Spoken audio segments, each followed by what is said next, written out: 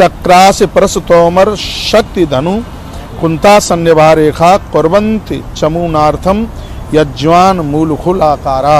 वर्णन किया जिसके हाथ में चक्र तलवार फरसा शक्ति धनुष और भाले के निशान हैं, वह जातक सेना में पुलिस में 1000% पहुंचता है।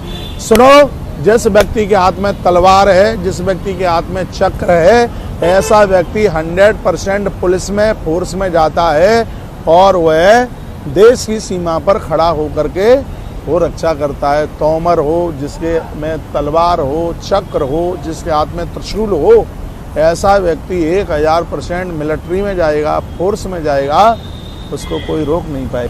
बापी देव ग्रहो धर्म कुर्वन्ति चत्रकांड भी अंगुष्ठ मूल रेखा पुत्रा सुधारिका सूक्ष्म।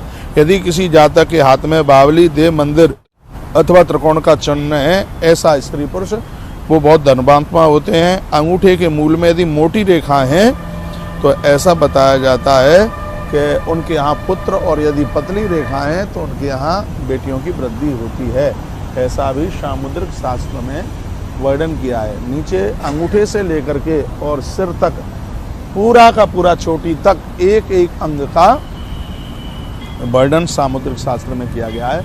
और मैं आपको निवेदन करना चाहूँगा, उनके देह पर ये शुभ चिन्ह आकर के प्रकट हो जाते जो सागर के प्रति श्रद्धा रखते हैं। देवालय में शंकर जी के साथ जो वीर कार्तिकेय जी को जो पूजते हैं, उनके शरीर के चिन्ह अच्छे लक्षणों में परिवर्तित हो जाते हैं।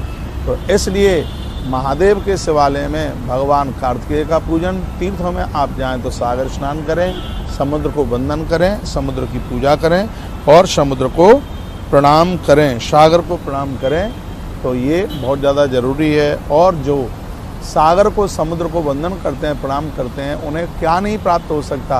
प्रभु श्री राम जी ने भी समुद्र को पूजन किया, भगवान श्री कृष्ण ने भी समुद्र के किनारे पर पहुंचकर अपने गुरु माता के लाल को लेकर के आए और उस समय सागर ने भगवान को बोला था कि हे प्रभु, जब आपके ऊपर कोई बहुत बड़ी दिक्कत परेशानी आएगी, मैं आपको स्थान दूंगा।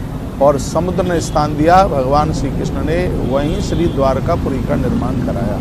तो वर्ष में एक आध बार ऐसे तीर्थों में जाइए जो तीर्थ समुद्र से, सागर से जुड़े हुए हैं, जैसे जगन्नाथपुरी है, जैसे श्री द्वारकाधीश हैं, जैसे सोमनाथ भगवान हैं, और जैसे भगवान प्रभु श्री रामेश्वरम प्रभु हैं। तो भगवान रामेश्वर सागर के किनारे पर, और जो आप समुद्र से सागर महिमा जो आप सुन रहे हैं, कल से आप सुन रहे हैं, यह बड़ी अद्भुत महिमा है। जितना भी उसके लिए जितना भी शब्द जो भी कुछ कहा जाए वह अपने आप में बहुत ज़्यादा कम है। भगवान आप सबके ऊपर बहुत कृपा का अनुभव करे, वर्षण करे। मेरी थोड़ी व्यासपीठ देख लीजिएगा, ये आप देखें, हम यहाँ बैठे हैं, एक पेड़ के नीचे बैठे हैं, बड़ा अद्भुत वृक्ष है। और अब टाइम हो रहा है, तो अब